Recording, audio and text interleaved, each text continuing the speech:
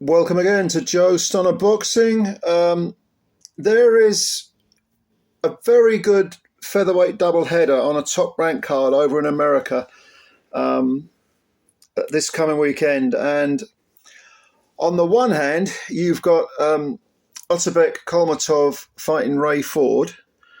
That's for the vacant WBA featherweight title, but that kind of slipped under my radar. I hadn't really realised that fight was on. I was concentrating more on this one, which was Luis Alberto Lopez against Reiya Abe of Japan. Now, Luis Alberto Lopez, if you're a UK fight fan, you'll know all about him because he knocked out Michael Conlan in Belfast in 5 rounds. He won a majority decision over Josh Warrington to win this IBF featherweight title that he's defending. And he came over in 2021 and smashed up Isaac Lowe, at the time was undefeated. 21 wins, no defeats and 3 draws, I think it was. So he's been around, but he's also, as well as being, the scourge of British featherweights, he's also beaten some very good men, which are probably, lesser known in the UK anyway. Just before he beat Isaac Lowe, he beat Gabriel Flores Jr., who at the time was undefeated. And I think he came close to whitewashing him. Flores Jr. was 20 wins, no draws, no defeats. And he won a 10-round unanimous decision Lopez won a 10-round unanimous decision over him. He also beat Andy Ventures, I think the guy's name, Vences, is that Ventures that he pronounce it? 23 wins, one defeat, 1 draw. And Lopez won a split decision over him. He beat the undefeated Christian Baez, who was undefeated in 18 wins, no draws, no defeats.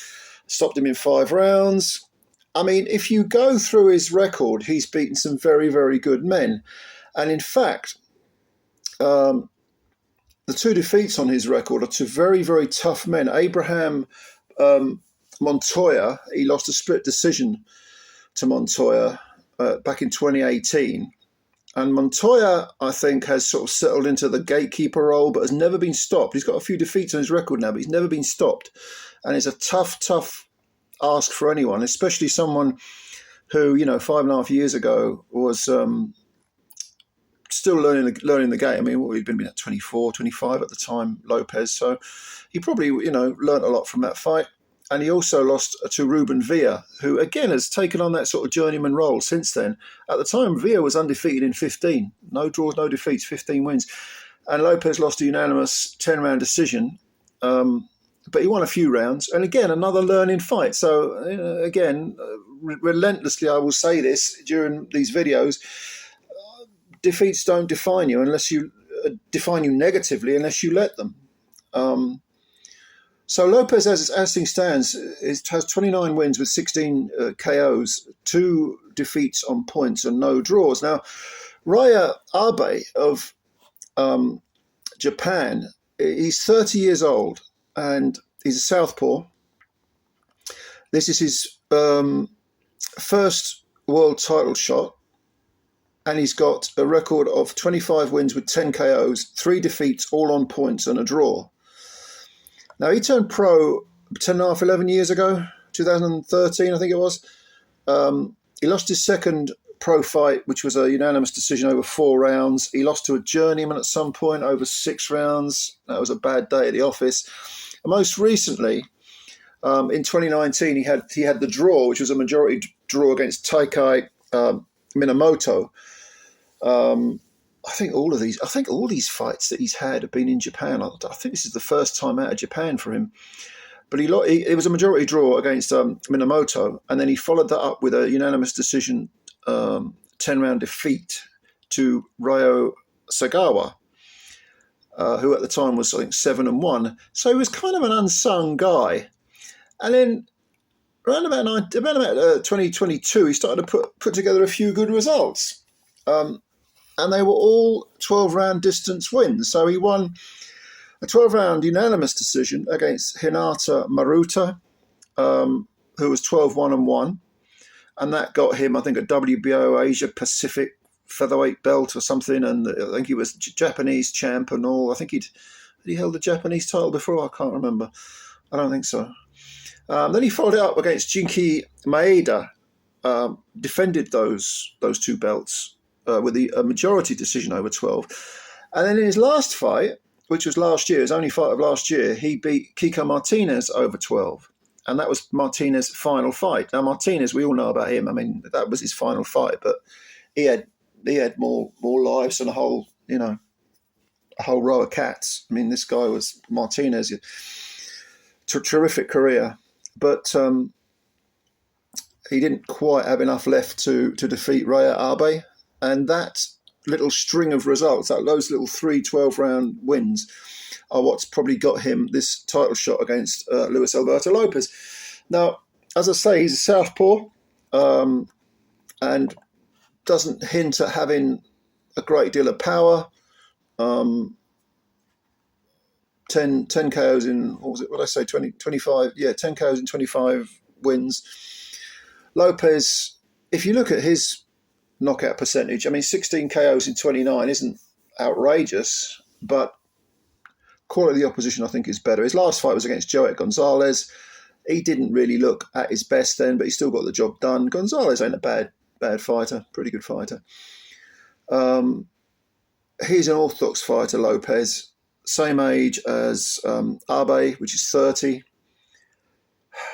It's difficult to bet against Lopez in this one for me.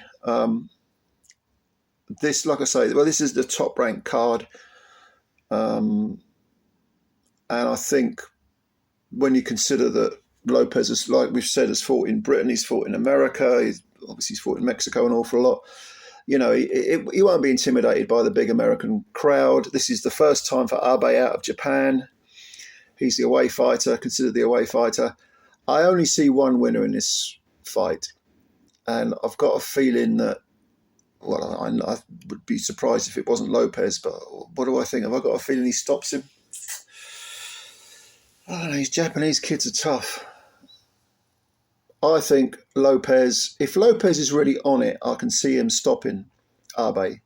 But I can't get that last performance against Joet Gonzalez out of my head.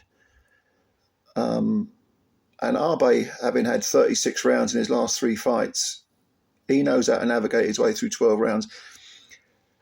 It could be a late stoppage, rounds 9, 10 maybe, or points. I'll go for late stoppage or points for Lopez.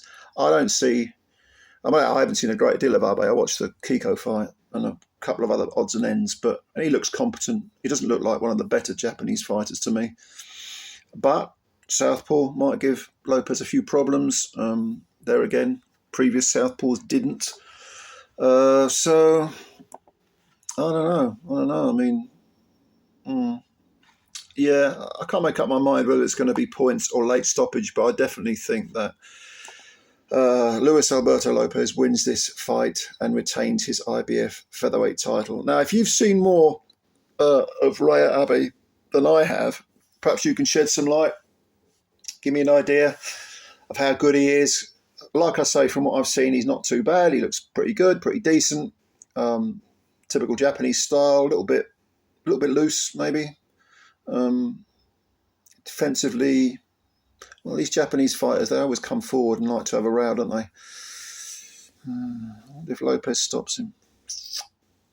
I don't know. I can't make up my mind. Late stoppage for Lopez or very comfortable points decision I'll go with. But let me know what you think. Comments below, as always. Please subscribe to the channel if you're new and hit the like button. That would help us a great deal. I'm looking forward to reading your comments. Take care of yourselves. Bye for now.